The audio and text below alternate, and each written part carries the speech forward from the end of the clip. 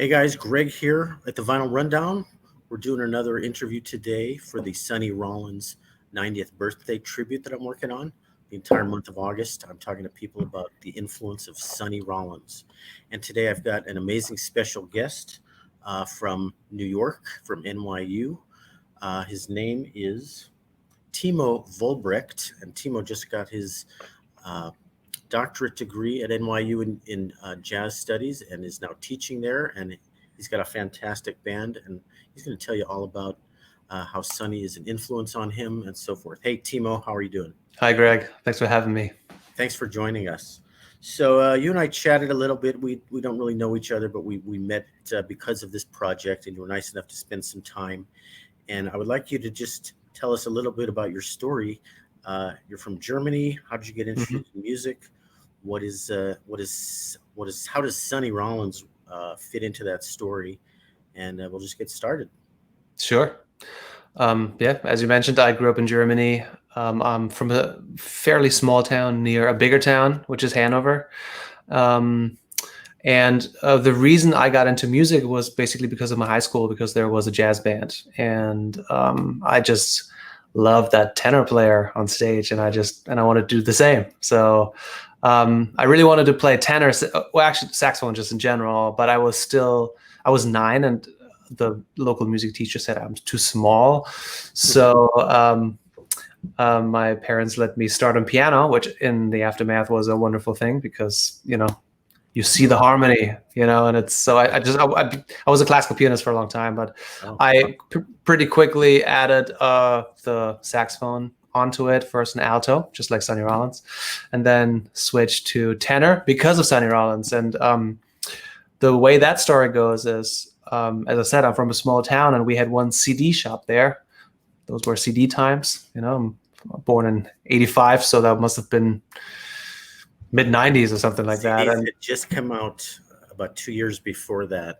I was working at a record store when CD came out, so that's how. Wow, that's interesting. Yeah. Anyway, so I went to the local CD store, and because I had just started to take saxophone lessons and considered myself a saxophone player, I needed a jazz record because that's what a saxophone player needs. And I literally bought just a record with a saxophone on it, and it happened to be a Sonny Rollins record, and it was the record "Global Warming." So I'm not sure if I have my dates right, but I think that came out in '98. So it must have been something around that time. That's not one of his better known records, I guess. Yeah, it's one of the, those '90s records. But anyway, I just loved it. I fell in love with it. It starts up with this calypso tune, which is called Global Warming. And 1998. 1998? Oh, I was right. Cool. With Clifford Anderson on trombone and Bob Crenshaw, I think, on electric bass, who I later met in New York. Anyway, so I just started listening to that record day and night to a point where I just could sing along every solo.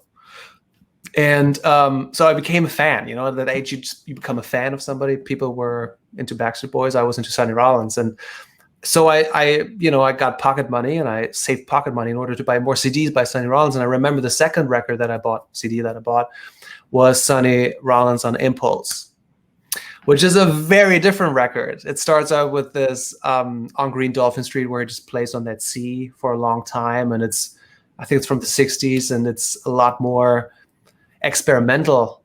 And modal, maybe?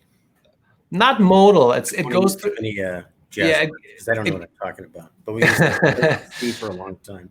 Well, yeah, okay. In that regard, I guess I guess we would call that a pedal point, pedal tone. So he was, Anyway, it was a lot more of a rougher sound on that record. And I just remember as a teenager, I was put off by that. I was just like, oh, I thought I loved the saxophone player, but now there's like this record which sounds so weird to me. But since I was a fan, I kept listening to it, and I really got into it. And the more I got into it, the more I educated myself on the sounds. And then I started buying records, Sonny Rollins together with Monk, Tenor Madness, where he met, or not met, but, encountered Coltrane and also the newer stuff. And I bought a book on him, and I really got into him. So Sonny Rollins, first of all, was the reason why I switched to tenor.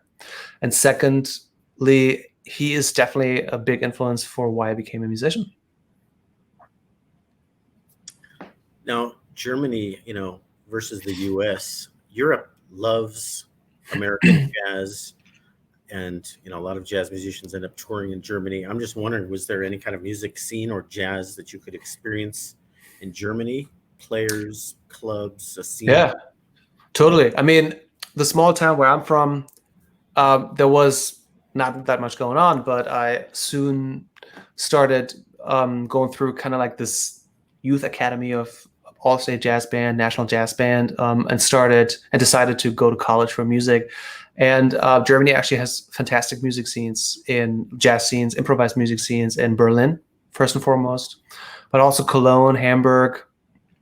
There's some stuff going on in Munich, but I think Berlin and Cologne are the two main hubs, and with Berlin probably the bigger one. And I moved to Berlin in 2005, and really got into that scene. And that has a very special and unique dynamic. Really great. A lot of influence from improvised music, free music, also new classical music, but also a lot of like indie rock and stuff like that.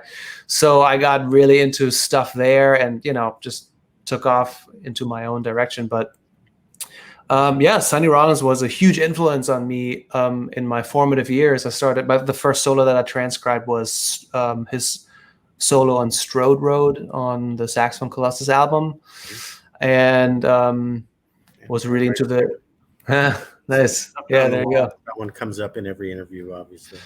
Yeah, and I'm sure this comes up too, but so I got some vinyls here. My probably favorite Rollins record is this one, Live at the Village Vanguard. Oh, where's the camera? I got that one too. That's on my wall too. I love his playing without chordal instruments. I was going to ask you that question because Sonny is one of the few sax players I would say can tackle that. Just the trio format, sax with no piano, no guitar. Just as a player or as an academic, do you agree that that's a challenge that maybe some players don't want to face? And what does that allow the player to do? If you have any comments on that. Right, of course. Well, I'm a tenor player myself, so I've been in that situation myself, and it's a great experience because it actually gives you a lot of freedom as a saxophone player. Because when we play with a chordal instrument, although saxophone players definitely can influence harmony in a lot of ways, a lot of times somebody who has 10 fingers can be very dominant harmonically. So a lot of times you end up reacting to the harmony that somebody inputs into the band context. So when you play with the trio and all you have is the bass as another melody instrument, you have a lot of freedom to explore the harmony without, let's say, a pianist or guitarist coming in your way, And it's also, I think it automatically has a little bit of a rougher sound because there's all this space, I mean, check it out. Like as a tenor player, you're in the tenor register, the bass is in the low register, and the drums, aside from the cymbals, also are in pretty low register. So it's a very unique instrumentation, And Sonny Rollins he was not the first who did this, but he definitely was one who really pushed it to the next level and explored some territory there. And I think one of the reasons is, aside from the harmonic exploration, which he did, is his rhythmic playing. And I think that's something that you really see on the Village Vanguard recordings, because he's a very rhythmic player who plays with syncopations and really interacts with the drummer. Though I have to say that the secret hero on this record to me is actually Wilbur Ware, the bass player. Mm-hmm. I mean, that famous track was that "Softly as the Morning Sunrise." Yeah, love that too. Well, I don't really know any bass player who plays like that. I mean, Wilbur Ware is just a beast. Well, just a comment on the trio format. It's more challenging, and there's a lot of space for the sax player to fill up. And I I don't think a lot of sax players. I'm not saying they're not up to the challenge, but for whatever reason, you don't hear that format that often. But then I'm thinking of the more conversational trio, like Bill Evans, where the key. You don't have one person just leading and somebody following, where you're all kind of back and forth. And is Sonny kind of listening and back and forth, or is he just kind of leading? You guys follow me, I think that's too obscure of a observation. No, it's a good question. I think my observation would be, I think Sonny Rollins is a very leading player. He's a dominant player in a way, and he comes from this tradition that you can lead back to Coleman Hawkins. To me, very overly simplified and exaggerated. There are two main lines in saxophone playing, jazz saxophone playing, and one Coleman. Then you're going to say Lester on the other side. Exactly, but also Frank Trumbauer before that. But you have these the two main people are Hawk and Press, right? So you have these two lines. One represents the school of the big sound and more of a vertical kind of playing, arpeggiating through the chords. And tell us which guy you're referring to for my junior listeners out there. That would be Coleman Hawkins. Okay, vertical. So yeah, so I mean, again, this is very simplified, but for example, if you listen to his famous Body and Soul solo, there you hear that, like how he explores the entire horn and really plays very chordally in a way. On the other hand, you would have Lester Young, who is maybe more of a lyrical player who plays more horizontally, and that feeds through Charlie Parker into people like Stan Getz, Lee Konitz, Warren Marsh, Mark Turner. I guess Mark Turner is actually both, but are those more conversational human kind of phrasing, or am I off there? I would not necessarily say that. I think it's just a different way of expression. But I think what my point is that Sonny is from this Hawk school of a big sound. Actually, the first tenor that I bought was a King Super 20 with a silver belly, which is one of the saxophones that Sonny played for a long time as well. Those are big horns with a big corpus that have an immense sound, and Sonny was somebody with a sound, and also really exploring the horn in maybe a chordal way, if you want to say that. Sound that's kind of dominant. Yeah, so exactly, dominant is the right word. So in a context like these trio records and also other records, like you really hear how Sonny is leading the way. He's he's such a strong voice, and I think that's one of the things that really made him famous. And I mean, he was known to take super long solos up till his, like, the recent stuff that he did, playing for, let's say, 10, 15 minutes. And I saw him live a few times, and the guy just played, and I'm sorry I missed him. I missed my chance to see him. Oh, really? Oh, man. Yeah, I've seen a lot of the greats that were around in my time, Dexter and Miles and Dizzy, but well, this is all stuff I couldn't see. Much. Yeah, I'm just a little bit older than you. So I saw some of the greats in their later days. I didn't get to see them in the Village Vanguard, but maybe a festival situation or something. So another period question I have. I'm really looking for this answer, and maybe you don't know. I don't think anybody seems to know. Is the bridge sabbatical? No one seems to know what was wrong with Sonny's playing, that he thought he needed to go take 3 years off. I don't know if you have any comment. And was it just his confidence?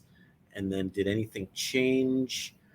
Because I'm not listening close enough to say, oh yeah, he definitely changed this or that. I mean, I don't think that's an outside perspective that anybody can have. I mean, as an outside listener, he was on his prime before he went. Like, actually, there's this one LP that I have. This one.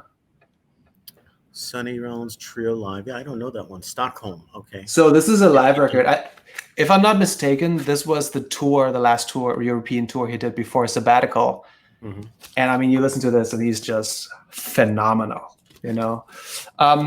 But that being said, we're not in Sonny Rollins' position. So as an artist myself, I can say that we're currently trying to grow and become better and more profound. And there's so much to do. And especially when you're on tour a lot, you don't have a lot of time to practice. Mm-hmm. So the idea of maybe your personal perspective of your own shortcomings and also recognition of your own shortcomings and your desire to work on your art and not being able to because of the entire industry around you. I can first of all relate to that. And I know a lot of cats who I think are incredible and who do that. So I think it's something, it's not surprising to me at all. It is maybe surprising from a career standpoint because he was at the peak of his career at that time. That was an important 3 years of jazz that he missed. I mean, was that 59 to 62 or something like that? Yeah. I mean, 59 was the year where so much stuff came out, you know. Kind of Blue and Giant Steps. Exactly. Came out 59. And here, what's the Dave Brubeck record? Timeout. Yeah. Huge year. Yeah. And he huge year. It wasn't good enough. And maybe that was his own confidence. And this is a whole psychology thing that we can't really get into. But nobody told him that. He told it to himself. Again, in a way, I can totally relate to that. It is, from an artistic standpoint, very understandable, you know, wanting to explore your territory and, you know, expand your horizons and work on your art. From a publicity standpoint, it might have been a pretty bad decision. Yeah. But I don't know. Survived. It wasn't the end of anything, but it was. I mean, he came back with The Bridge. Yeah. Great record. Jim Hall on it is amazing too. I mean, it's an amazing record, and the stuff he did in the '60s. As I said, I mentioned that record, his stuff on Impulse. Well, he felt. I think he felt competition with Coltrane, who was taking off, and they were so different. Right. And when I had Eric White on last week, he said that that the media had sort of created a rivalry that wasn't there, and that he and Coltrane were actually very good friends. They were just different, and they were not in any way trying to, go up against each other, right? Like the rappers do today. That was the comment he made. That this sort of media inflated rivalry wasn't real at all. And they were good friends, so I'm glad to hear that. Mm-hmm. So anyway, we can change the subject a little bit. So you're one of the younger players on the scene, and that's my kind of question overall is, you know, it's always kind of a shame to me that the younger generation doesn't pay that much attention to jazz unless they're very heavily into music and academics. How do you think Sonny should be relevant to today's music, today's sax players? Is he getting the respect he deserves, and how should he be thought of by today's younger sax players? That's a long question.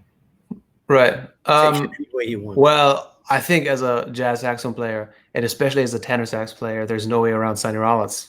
It's impossible. That guy was a giant, you know. And you know, I teach musicians and saxophone players of a younger generation as well, younger than me even.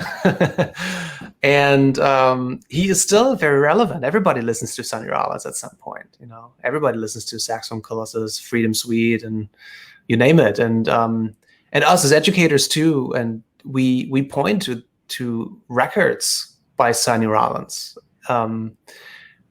a lot, you know. So, and I think that he is relevant, first of all, as a historic part of jazz music, and somebody who has really shaped tenor saxophone playing, but also jazz in general, because he had a very long career. You know, he played with Bud Powell, Miles, and Fats Navarro, and all these people from like the bebop era 40s.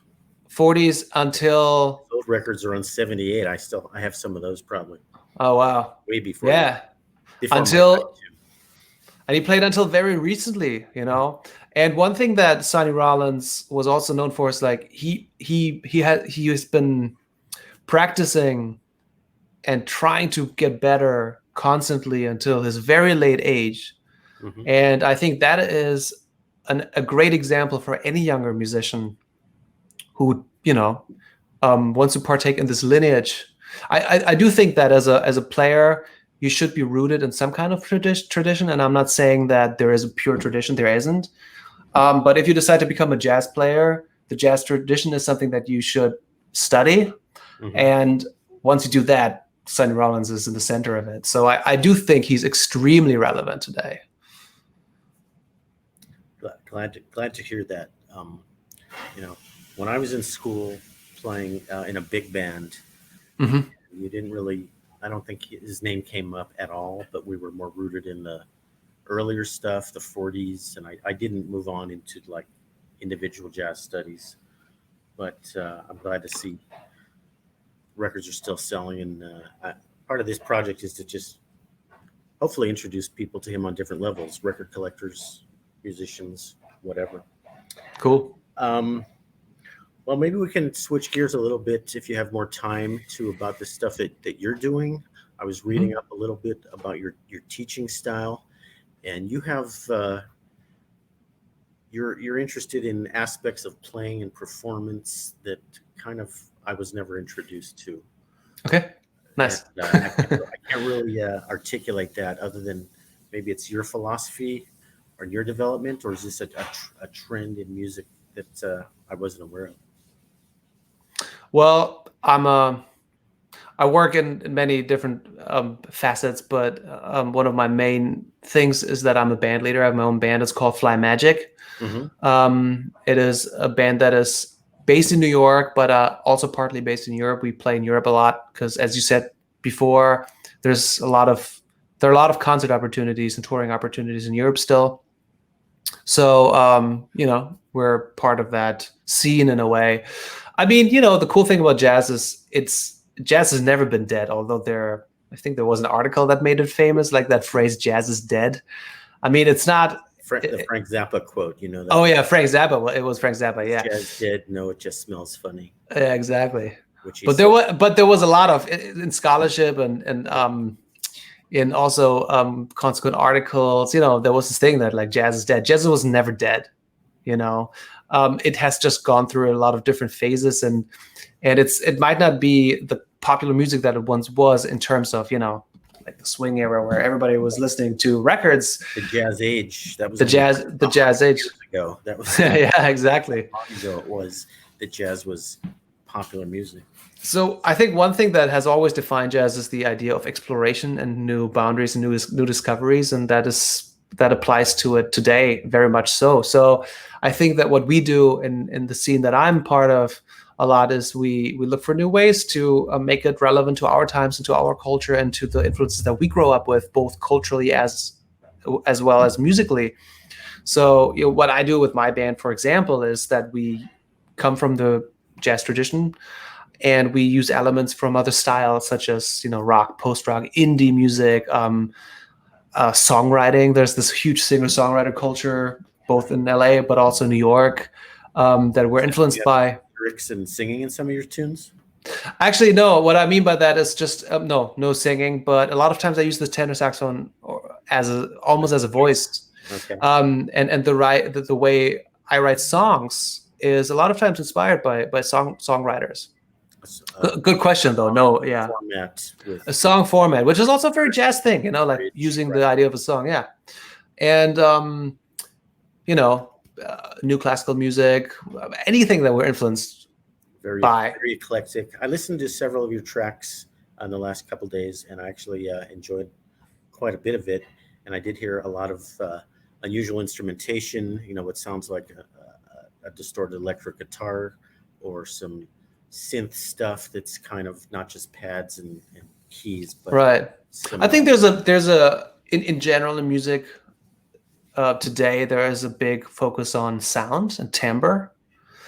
A lot of things have been explored in the past decades.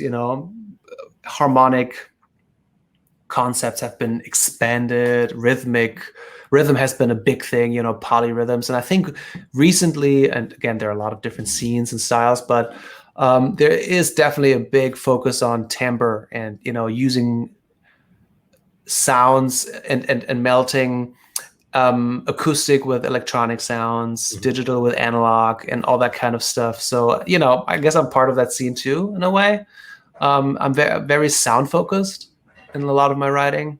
And is there sort of a traditionalist, I don't want to say movement, but resistance in maybe some of the jazz clubs and venues like in New York? It's like, oh, these guys brought in a synthesizer and a drum machine. That's not what we do here because we're doing traditional jazz, Well, first of all, using synthesizers is a retro thing because that is old too. I mean, that started in the 70s or maybe 60s. So first of all, I wouldn't let that count as as an argument, but I know what you mean. Actually, there are clubs that focus on a certain kind of music sometimes. So you would have a club that focuses on traditional jazz, like trad jazz, New Orleans, Dixieland kind of stuff. Then you would have clubs who focus on very avant-garde stuff. So you run into things like that. There has been a debate on what is jazz and what. I mean, there's always been a debate on what jazz is, and some people didn't want to listen to anything after when Miles Davis started "Bitches Brew." Okay, that's exactly that's a pretty anything after that, which I don't believe in. I listen to all eras, all instruments. Right, that's a common cutoff. Yeah, 25 to today, 1925. I mean, to me, it's all relevant. It's different. It evolves. It changes. True. Well, that applies to Sonny, though, by the way. I mean, a lot of people, when they talk about Sonny Rollins, they think of Sonny in the 50s, 40s maybe, 50s and 60s especially. And a lot of the stuff that he did later, like I have this record here. This, for example, it's from the 80s. Right, different instrumentation. Is there like electric bass? Electric bass. People never really checked him out, or there's not this like the Sonny. I'm just saying, like when we talk about Sonny, like in jazz circles, a lot of times we talk about the bridge and Way Out West and that kind of era, and there are a lot of really cool things that happened later, So, just saying, there's definitely this cutoff thing. My channel, caters to vinyl record collectors. And there's a big bias. I'm not saying it's negative, it's the fact is there's a big bias towards the classic records of the 50s and 60s, especially like the Blue Notes and stuff like that, which now sell for, it could be $1,000 for an original one. And the stuff from the 70s, 60s, 70s, 80s, I should say 70s, 80s, maybe 90s, not as highly regarded by players. And maybe there's some gems on there, especially solos and stuff that people are not paying attention to. So that one record you showed, I've seen that, but I don't have that record. I have a few records from that series. Well, cool. I think we're close to wrapping up, unless you had any other parting comments. I want you to make sure we get plugs in for your group, Fly Magic. Yeah. Thanks. They have one record, multiple records, independent. What's the story? Yeah, we have 2 records out. The first one is called Fly Magic, self-titled. And the second record is called Faces in Places. And the reason why that record is called that is because we were on tour all over the world, Asia, South America, US, Europe, Middle East. And we had a lot of intercultural experiences meeting people in all of these places that left a mark on us and as a band or also on me as a writer. So I took a lot of these personal stories and used them as inspiration for songs. So yeah, check it out. It's called Faces in Places. You can find it on Spotify. What up on your sure. Your thingy here. This is your page, but if I go to your page, I'm also going to go to. Do I want to go to the Fly Magic page? Well. Or do I want to go to the music page? Go to the music page. I haven't been on my own website for a while. I see. Nice website, very well designed. Thanks. I don't know if I'm gonna. Yeah, if you go on audio video, you can see a lot of like live footage of that band. Yeah, that's the record. Sorry, Um, I'm clicking too much. Let's go back to that page. Those are the albums. So you see the one up there. The first two are the Fly Magic records. Yeah, it's got There are your picture's sort of in there. exactly. So the record label is called Berthold Records. It's a German label, very supportive label. We also I should update this page. There are a lot more albums actually, but we just did this really cool record in Sao Paulo. They flew us out to Brazil to play with really killing players from the Sao Paulo scene. It's called Sao Paulo Panic. We're currently the cover of Spotify's Jazz Brasileiro playlist. Yeah, so check it out, Sao Paulo Panic. But also my band Fly Magic. Yeah, and I'm on Instagram. You can just find my name. It's Timo Vollbrecht Music. I'll put all those links in the notes here. Cool. I saw a really amazing video on your page with some kind of computer graphic thing. Oh yeah, that was really fun too. What is that? You're working with like a computer animation person? Yeah. If you go onto that music on the music, I think video and I don't know what it says, audio and video. If you click on that, you find that. So I did a really cool collaboration with this filmmaker. He's from New York, but he lives in Berlin right now. Exactly that piece, and he works with this really new technology, which is called volumetric filmmaking. So it actually works as the camera is a scanner, and we actually we wrote an entire script together and shot this video in New York with an actress. Her name is Vera, and this is to the backdrop of a song that I wrote, which is called Schaumberg, which is the place where I'm from. So this actually thematizes the idea of home, but also being displaced from home, which on the one hand is my own tribute to where I'm from and having been an expat for 10 years, but also in the light of the refugee crisis in Europe. And I guess you could apply that to here too. The idea of displacement and longing for home, but not being able to go home. Sorry, what is the name of this tune? Schaumberg, yeah. So it's funny because I saw the word Schaumberg come up with Sonny the other day with a different spelling. In the New York Library. You familiar with that? There is the Schaumberg Center in Harlem. Right. So maybe in that regard, I thought maybe those two were related at first, but they were spelled differently. I'm not sure. I think it might be spelled with an O. Yeah. But check it out. Hope you like it. Very cool video. I like the music and the visuals are stunning. And so, folks, check out Timo's stuff online. And are the CDs easy to get a hold of? Through distribution, worldwide. Okay. Through Berthold Records, but definitely also on streaming platforms. Great. And all that stuff.